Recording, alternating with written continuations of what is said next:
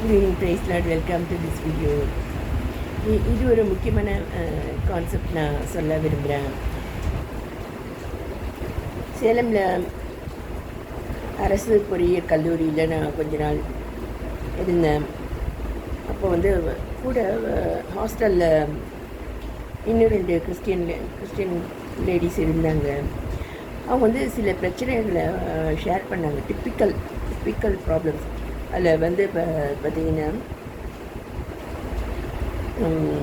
ரட்சிக்கப்பட்ட உடனே ஊழியத்துக்கு போகிறேன், எல்லாமே தெரிஞ்சிருச்சு, அந்த மாதிரி ஒரு எண்ணத்தில் இருக்கிறதுனால மற்றவங்களுக்கு பிரச்சனை உருவாகுது அப்படின்னு அவங்க சொல்லிட்டு இருந்தாங்க.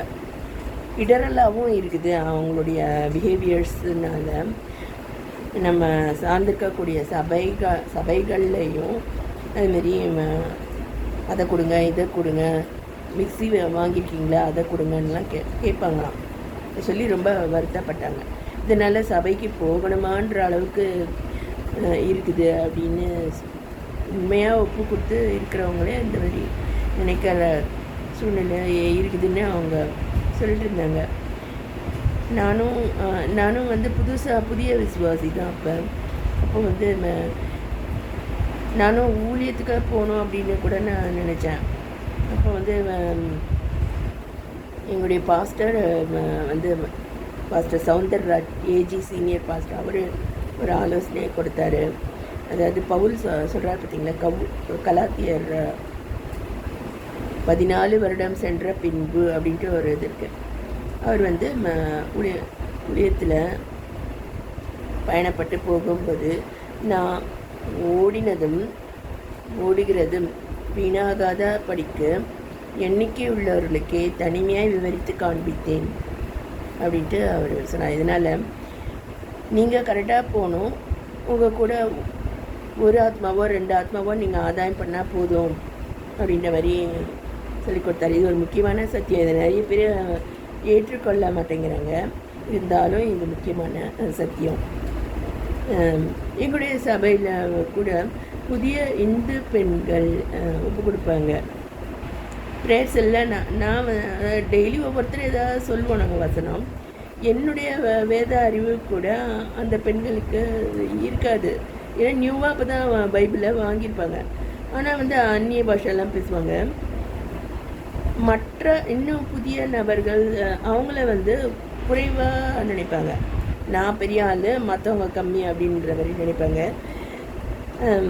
என்னையும் குறைவாக நினைப்பாங்க, பேசுவாங்க, இந்த மாதிரிலாம் பண்ணுறா அப்படின்னு. ஏதோ தப்பு இருக்கலாம். அதுமாரி சில பேர் என்னை வெளியே அனுப்பிச்சிடணுன்னு கூட சொல்லிட்டாங்க. அவளுக்கு கம்யூனியன் கொடுக்கக்கூடாதுன்னெலாம் சொல்லுவாங்க. அது போலலாம் இருந்தது. இப்பயும் அப்படி இருக்காங்க. கம்யூனியன் எனக்கு கொடுக்கக்கூடாது அப்படி சொல்கிறவங்க இருக்காங்க. அதுமாரி எங்களுடைய பாஸ்டர் ஆவிக்குரிய ஜீவியத்தில் சரியான தரிசனத்தில் இருக்கணும் அப்படின்னு தான் அவர் சொல்லி தந்துக்காரு. ஸோ நான் என்ன பண்ணுவேன், மற்றவங்கள பார்க்கக்கூடாது அப்படிங்கிறது எனக்கு கொடுக்கப்பட்ட முக்கியமான போதனை. நிறைய பேர் அதுமாரி இதுமாரி மற்றவங்க என்ன சொல்லிட்டாங்க, ஏதோ இப்போ என்ன ஒன்று கம்யூனியன் கொடுக்கூடாதுன்னு சொல்லிட்டாங்கன்னு வைங்க, இல்லை நான் வஞ்சக ஆவி அப்படின்னு நிறைய பேருக்கு ஒரு நினப்பு இருக்குது. அப்படியெல்லாம் கேட்டு நான் மன உளைச்சல் கொண்டு சபை விட்டு விலகலாம். ஆனால் எனக்கு போதிக்கப்பட்ட இது வந்து ரொம்ப ஆழமாக வேரூன்றி இருக்குது. அதனால் நான் பார்க்கக்கூடிய அவிசுவாச நபர்கள் அல்லது குறைவான அனுபவ குறைவுள்ள நபர்கள், அவங்களுடைய ஃபாலிஸ், டாம் சாயர் அண்ட் ஃபாலிஸ்ன்ற மாதிரி பார்க்க எனக்கு நல்லா தெரியும். ஆனால் நான் இவங்க என்ன சொன்னாலும் என்னை வந்து அது பாதிக்கிறது இல்லை. அதுமாரி சில பேர் பாஸ்டருக்கே தீர்க்க தரிசனம்லாம் சொல்லுவாங்க. இதில் பார்க்கும்போது நம்ம குழந்தைகளாக இருந்தால் நம்முடைய அனுபவத்தை, நம்முடைய வேதாகம அறிவியை நாமளே சந்தேகப்பட ஆரம்பிச்சிடுவோம். நம்முடைய அழைப்பு என்ன, நம்ம யார் என்ன, இது நம்முடைய தரிசனம் என்ன, அதை நம்மளே சந்தேகப்பட்டு வெளியே ஊழியத்தை விட்டு வெளியே போகக்கூடிய சோதனை நிறைய பேருக்கு இருக்குது. அப்படி போகிறவங்களும் இருக்காங்க. இது அது குழப்பவாதிகள்னால நம்ம தரிசனம் கரெக்டாக இருந்தால் கூட நம்மளே சந்தேகப்பட்டு நம்மளை ஆண்டவர் அழைக்கலை அப்படின்னு நினைக்கக்கூடிய சூழ்நிலை உருவாகிடுது. சில பேர் தூங்காமல் ஜெபிக்கணும் அப்படிலாம் சொல்கிறாங்க. அப்படி எங்கள் ப்ரேயர்ஸ்லேயும் அப்படி சொல்லி பெரிய பிரச்சனை ஆயிடுச்சு.